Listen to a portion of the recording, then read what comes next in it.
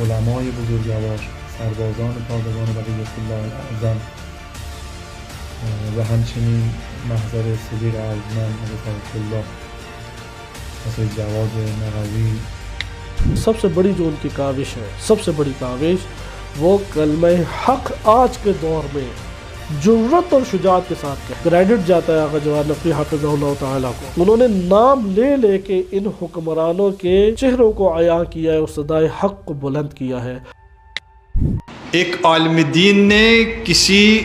دوسرے عالم دین کی توہین کی اور اس طرح سے توہین کی کہ کبھی بندر کا لقب بولا ایک ایسی عظیم شخصیت کے متعلق کہ جس نے برصغیر میں شہید مرتضی مطہری کا رول ادا کیا اور جس طریقے سے شہید مرتضی مطہری نے امامت کو واضح کیا، امامت اور ولایت کے نظام کو تبیین کیا، اسی طریقے سے برصغیر میں اس شخصیت نے استاد محترم استاد سید جواد نقوی نے اس کی وضاحت کی۔ سید جواد نقوی حفظہ اللہ تبارک و تعالی نے اللہ کی رضا کے لیے قدم اٹھایا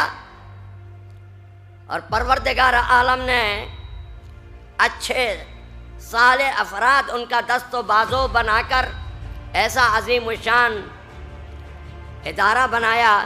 اور بناتے جا رہے ہیں اور اللہ مدد بھی کر رہا ہے۔ اور میں اس پہ علامہ صاحب کو خاص طور پہ مبارکباد پیش کرتا ہوں، اس لیے کہ یہ ایک بڑے دل گردے کا کام ہے۔ اس کے لیے دل کے اندر وسعت چاہیے، اس کے لیے آپ کے اندر کشادگی چاہیے، اور یہ کوئی معمولی بات نہیں ہے کہ آپ اپنا سٹیج سجاتے ہیں اور سب کو کہتے ہیں کہ آئیے اپنی بات کیجئے۔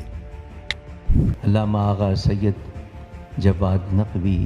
حفظہ اللہ تعالی قابل تبریک ہیں جو وحدت امت کے ایک ایسے مشن کو آگے لے کر بڑھ رہے ہیں، جس کی نہ صرف پاکستان کو اشد ضرورت ہے بلکہ پورے عالم اسلام کو اس کی سخت ضرورت ہے۔ میں اپنی طرف سے پوری امت اور قوم کی اور پاکستان کی طرف سے جناب علامہ آغا جواد نقوی صاحب کو تسلسل کے ساتھ، استقامت کے ساتھ، جذبے کے ساتھ امت کو ایک کرنا اور ایک پلیٹ فارم پہ جمع کرنا۔ اللہ تعالیٰ ان کی عمر کو دراز فرمائے، ان کا سایہ اور ان کا دم ہمارے لیے غنیمت ہے۔ اور جب 1 مہینے پہلے آغا صاحب سے میری ملاقات ہوئی تو مجھے محسوس ہوا کہ وہ تیسرا فرد جن سے میں مل رہا ہوں، جن کے فکر میں یکسوئی ہے، جن کی فکر میں ایک دوسرے کے ساتھ تمسک ہے۔ مجھے اہل تشیع میں آیت اللہ العظمی محترم سید جواد نقوی صاحب،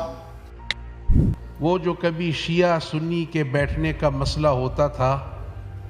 کم از کم یہ تو ہم دیکھ رہے ہیں آغا صاحب، یہ کریڈٹ آپ کو جاتا ہے، وہ تفریق اور وہ معاملہ آپ نے ختم کر دیا ہے۔